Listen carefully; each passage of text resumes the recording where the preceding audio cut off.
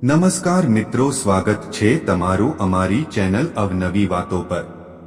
જય શ્રી કૃષ્ણ, રાધે રાધે। મિત્રો, વાસ્તુશાસ્ત્રનો આપણા જીવન સાથે ઊંડો સંબંધ છે।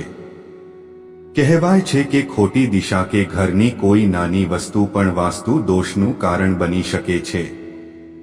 ઘણી વખત વ્યક્તિ સફળતાના શિખરે પહોંચવા માટે સખત મહેનત કરે છે, પરંતુ તેમ છતાં તેને ઇચ્છિત સફળતા મળતી નથી। તેની પાછળનું કારણ ઘરમાં હાજરી છે। નકારાત્મક ઉર્જાનો પ્રભાવ પડી શકે છે। વાસ્તુશાસ્ત્રમાં એવી ઘણી વસ્તુઓનો ઉલ્લેખ કરવામાં આવ્યો છે જે ભૂલથી પણ ઘરમાં ન રાખવી જોઈએ, નહીં તો અશુભ ભાગ્ય જીવનભર તમારો સાથ નહીં આપે। તેનાથી માત્ર આર્થિક નુકસાન જ નથી થતું, પરંતુ વ્યક્તિ માનસિક રીતે પણ પરેશાન રહે છે। ચાલો જાણીએ વાસ્તુશાસ્ત્રો અનુસાર કઈ કઈ વસ્તુઓ છે જે ઘરમાં દરિદ્રતા લાવે છે। પરંતુ તે પહેલા, જો તમે પણ ઈચ્છો છો કે લક્ષ્મી માતાની કૃપા તમારા પર બની રહે, તો આ વિડીયોને લાઈક કરો અને ચેનલને સબસ્ક્રાઇબ કરો અને કોમેન્ટ બોક્સમાં ચોક્કસથી જય લક્ષ્મી માતા લખો। 1. સૂર્યોદય પછી પણ મોડે સુધી ઊંઘવું અથવા પથારીમાં રહેવું સુવાથી ઘરમાં નકારાત્મકતા આવે છે। આપણી પાસે સૂર્યોદય પહેલા ઉઠવાની પરંપરા છે અને એવું માનવામાં આવે છે કે આમ કરવાથી ઘરમાં સુખ સમૃદ્ધિ આવે છે। જો તમારે કોઈને પૈસા ઉધાર આપવા અથવા પાછા આપવાના હોય તો આ કામ સૂર્યાસ્ત પહેલા કરી લેવું જોઈએ। જો તમે સૂર્યાસ્ત પછી કોઈને પૈસા આપો છો તો તેનાથી આર્થિક નુકસાન થઈ શકે છે। બાળપણમાં નખ કરડવાની તમારી આદતને કારણે તમને કોઈને કોઈ વ્યક્તિએ ઠપકો આપ્યો હશે। એવું માનવામાં આવે છે કે આવું કરવાથી સૂર્ય રાશિચક્રમાં નબળા પડી જાય છે, જેના કારણે આંખોમાં તકલીફ થાય છે અને બદનામી પણ થઈ શકે છે। રાત્રે તમારા રસોડાને ક્યારેય ગંદુ ન રાખો। જો તમારા રસોડામાં ગંદા વાસણો અને ગંદકી હોય તો માતા અન્નપૂર્ણા ગુસ્સે થઈ શકે છે। તેનાથી ઘરમાં નકારાત્મક ઉર્જા ઉત્પન્ન થશે અને ધનમાં ઘટાડો થશે। રાત્રે ઘર સાફ ન કરવું। વાસ્તુ અનુસાર આવું કરવું ખોટું છે। એવું માનવામાં આવે છે કે દેવી લક્ષ્મી ઝાડુમાં વાસ કરે છે અને રાત્રે ઝાડુ મારવાથી તે ગુસ્સે થઈ શકે છે, એટલા માટે સાવરણી પર પગ મૂકવો એ પણ અશુભ માનવામાં આવે છે। જો તમારા ઘરમાં પગરખા અને ચપ્પલ વેરવિખેર પડી રહે છે તો તે બિનજરૂરી તણાવનું કારણ બની શકે છે, જેના કારણે ધનમાં ઘટાડો થાય છે અને સફળતા પ્રાપ્ત કરવામાં અવરોધો આવે છે। જો તમારા ઘરના મુખ્ય દ્વાર પર અંધારું હોય તો તે ખૂબ જ અશુભ છે। તમને જણાવી દઈએ કે જો ઘરના મુખ્ય દ્વાર પર અંધારું હોય તો જે કામ કરવામાં આવે છે તે બગડી જાય છે અને તેના કારણે ઘણી મહેનત કર્યા પછી પણ તમે ઘણા કાર્યોમાં સફળતા મેળવી શકતા નથી। 2. બાથરૂમમાં ખાલી ડોલ રાખવાથી નકારાત્મક ઉર્જા ઝડપથી વધે છે, તેથી બાથરૂમમાં રાખેલી ડોલ હંમેશા ભરેલી રાખો। જો ડોલમાં પાણી ભરેલું ન હોય તો તેને ઊંધી રાખો। ઘણા લોકો પલંગ પર બેસીને ખોરાક ખાય છે, જે ખૂબ જ ખરાબ આદત છે। વાસ્તુશાસ્ત્રમાં પણ આને ખોટું જાહેર કરવામાં આવ્યું છે। આવું કરવાથી દેવી લક્ષ્મી ક્રોધિત થાય છે, તેમજ પલંગ પર ખાવાથી પથારી ગંદી થાય છે અને આવા પલંગ પર સૂવાથી પણ રાત્રે ખરાબ સપના આવે છે, કારણ કે જ્યાં સ્વચ્છતા હોય છે ત્યાં દેવી લક્ષ્મીનો વાસ હોય છે। પરંતુ ભૂલથી પણ સૂર્યોદય પછી ઘરને ઝાડુ ન લગાવો। આનાથી નાણાકીય સમસ્યાઓ થાય છે। વાસ્તુશાસ્ત્ર અનુસાર અરીસો સંવાદિતાનું પ્રતીક હોઈ શકે છે, પરંતુ તૂટેલા કાચ નકારાત્મક ઉર્જા અને ખરાબ નસીબને આકર્ષિત કરી શકે છે। આવી સ્થિતિમાં ગૃહમાં હાજર સભ્યોના જીવન પર વિપરીત અસર પડે છે। પ્રગતિની સાથે આર્થિક સ્થિતિ પર નકારાત્મક અસર પડે છે। તેથી તૂટેલા કાચને તરત જ દૂર કરો। ઘણા લોકોને ટેવ હોય છે કે નળ ખુલ્લો છોડીને પાણી વહેવા દે। તમને જણાવી દઈએ કે વાસ્તુશાસ્ત્ર અનુસાર તે અશુભ છે. આ કારણે તમારે સ્વાસ્થ્ય સંબંધિત સમસ્યાઓનો સામનો કરવો પડી શકે છે. તમે માનસિક રીતે પણ નબળા પડી શકો છો. 3. શાસ્ત્રો અનુસાર ઘરમાં કૃત્રિમ છોડ કે ફૂલ રાખવા અશુભ માનવામાં આવે છે. ઘરમાં તેમની હાજરીને કારણે નકારાત્મક ઉર્જાનો પ્રવાહ વધવા લાગે છે અને પરિવારની સુખશાંતિમાં ખલેલ પહોંચે છે. કૃત્રિમ છોડ સુંદર દેખાઈ શકે છે, પરંતુ તે પરિવારના સભ્યો વચ્ચેના સંબંધોને બગાડી શકે છે. લોકોમાં દેખાડો કરવાની આદત વધવા લાગે છે. ઘણીવાર આપણે સ્ટોર રૂમમાં જરૂરી ન હોય તેવી વસ્તુઓ રાખીએ છીએ, જેના કારણે તેમાં જાળા ફસાઈ જાય છે અથવા રૂમની સફાઈ થતી નથી. જે ઘરમાં ગંદકી હોય ત્યાં માતા લક્ષ્મીનો વાસ નથી. તે ઘરના લોકોને આર્થિક તંગીનો સામનો કરવો પડે છે અને ગરીબી ફેલાવા લાગે છે. દેવું વધવા લાગે છે અને ખરાબ લોખંડને જલ્દી ઘરમાંથી કાઢી નાખવું જોઈએ. ઘરમાં ક્યારેય જૂના, ક્ષતિગ્રસ્ત કે કાટવાળા તાળાઓ ન રાખો. એવું માનવામાં આવે છે કે આનાથી ઘરના લોકોની પ્રગતિ અટકે છે અને તેમની સફળતામાં અનેક અવરોધો ઊભી થાય છે. તૂટેલા વાસણો, અરીસો, સાવરણી, મગ, કપ, ઇલેક્ટ્રોનિક વસ્તુઓ, ફોટોગ્રાફ્સ, ફર્નિચર, દીવા વગેરે ઘરમાં નથી રાખવું જોઈએ.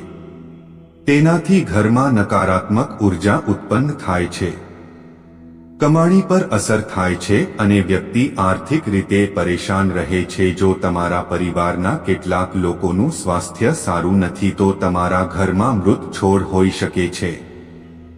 વાસ્તુશાસ્ત્ર અનુસાર જો તમે ઘરમાં મૃત છોડ રાખો છો તો તમને અને તમારા પરિવારને સ્વાસ્થ્ય સમસ્યાઓનો સામનો કરવો પડી શકે છે.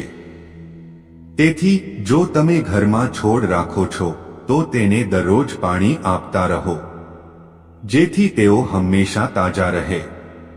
4. વાસ્તુશાસ્ત્ર અનુસાર જો ઘરમાં કોઈ તૂટેલી કે અટકેલી ઘડિયાળ હોય તો તેને તરત જ દૂર કરી દેવી જોઈએ. બંધ થયેલી ઘડિયાળ તમારા સમય પર નકારાત્મક અસર કરી શકે છે. આવી સ્થિતિમાં તે ઘરમાં રહેતા લોકો માટે સંબંધિત તણાવ અને દુર્ભાગ્યનું કારણ બની શકે છે. આવી સ્થિતિમાં નકારાત્મક ઉર્જા પાછળ રહેતી નથી.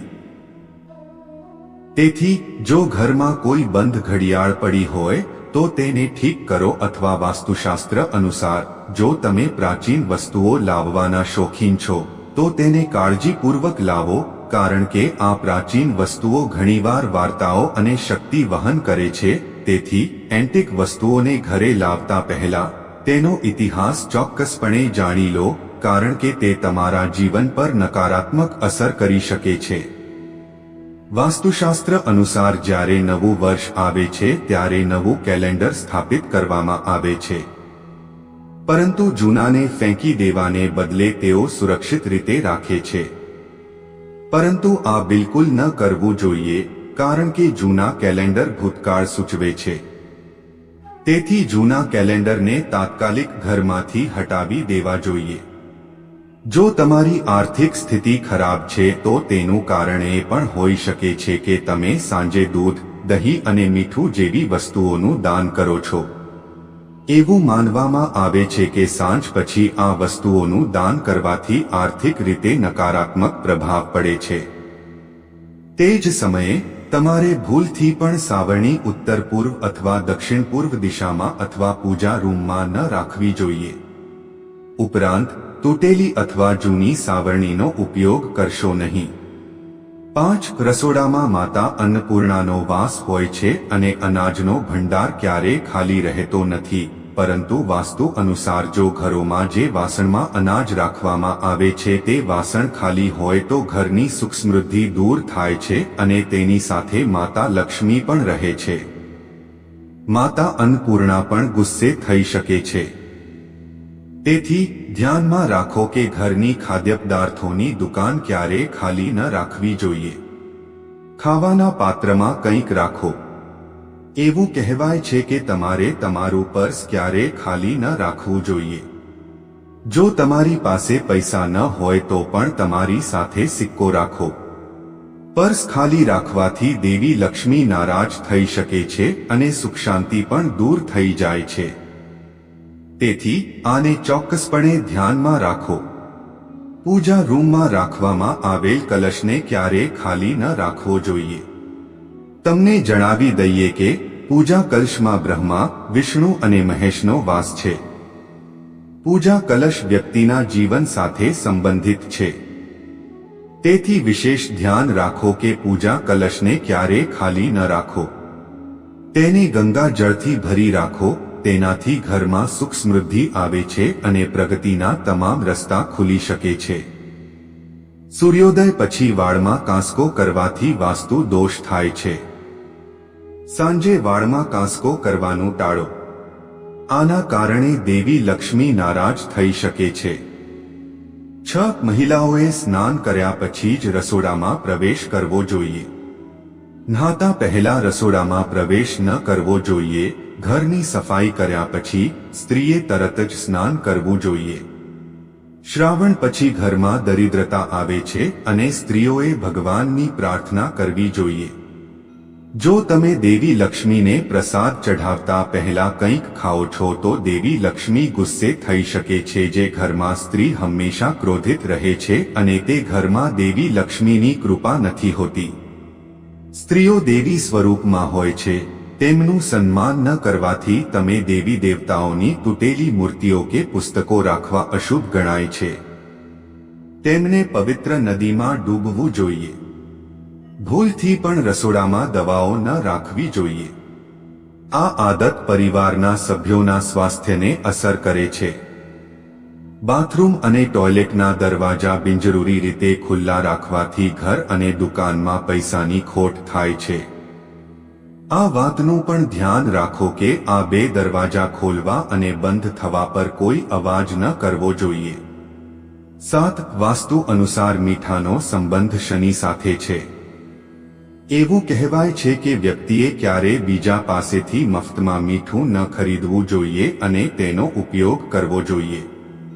જો કોઈ કારણોસર તમારે કોઈની પાસેથી મીઠું લેવું પડે તો તમારે તેને બદલામાં કંઈક બીજું આપવું જોઈએ. મફતમાં મીઠાનો ઉપયોગ કરવાથી પણ જીવનમાં રોગ અને દેવાની સમસ્યા વધે છે. વાસ્તુ અનુસાર મફતમાં આપેલી સોયનો ઉપયોગ ક્યારેય ન કરવો જોઈએ. જો તમે કોઈની પાસેથી મફતમાં સોય લો છો તો તમારા જીવનમાં નકારાત્મકતા વધવા લાગે છે અને ઘરની સમસ્યાઓ વધી જાય છે. લોકો વચ્ચેના પ્રેમ સંબંધો બગડવા લાગે છે. તમારા વિવાહિત જીવનને અસર કરવા ઉપરાંત તે નાણાકીય મોરચે પણ નુકસાન પહોંચાડે છે. જો તમે બજારમાંથી નવી સોય ખરીદી લો અને તેનો ઉપયોગ કરો તો સારું રહેશે કે આપણે ભૂલથી પણ ફ્રી રૂમાલનો ઉપયોગ ન કરવો જોઈએ. એવું કહેવાય છે કે જો રૂમાલ મફતમાં ખરીદવામાં આવે છે અને તેનો ઉપયોગ કરવામાં આવે છે તો તે લોકોમાં વિખવાદ પેદા કરે છે. પરસ્પર મતભેદ વધે. લોકો વચ્ચેના સંબંધો બગડવા લાગે છે. આ કારણે તમારે ન તો ક્યારે બીજા પાસેથી રૂમાલ ઉધાર લેવો જોઈએ અને ન કોઈને તમારો રૂમાલ આપવો જોઈએ. આ બંને બાબતો શનિદેવ સાથે જોડાયેલી જોવા મળે છે. એવું કહેવાય છે કે લોખંડ અથવા તેલનો મફત ઉપયોગ જીવનમાં પ્રતિકૂળ અસરોને પ્રોત્સાહન આપે છે. દાનમાં આપેલું લોખંડ ઘરમાં ગરીબી લાવે છે, જ્યારે ઉધાર લીધેલું તેલ વ્યક્તિને આર્થિક મોરચે કમજોર બનાવે છે. તમે દરેક પૈસો માટે ભયાવહ હોઈ શકો છો. તેથી આ વસ્તુઓનો ક્યારે પૂછ્યા વગર ઉપયોગ કરશો નહીં.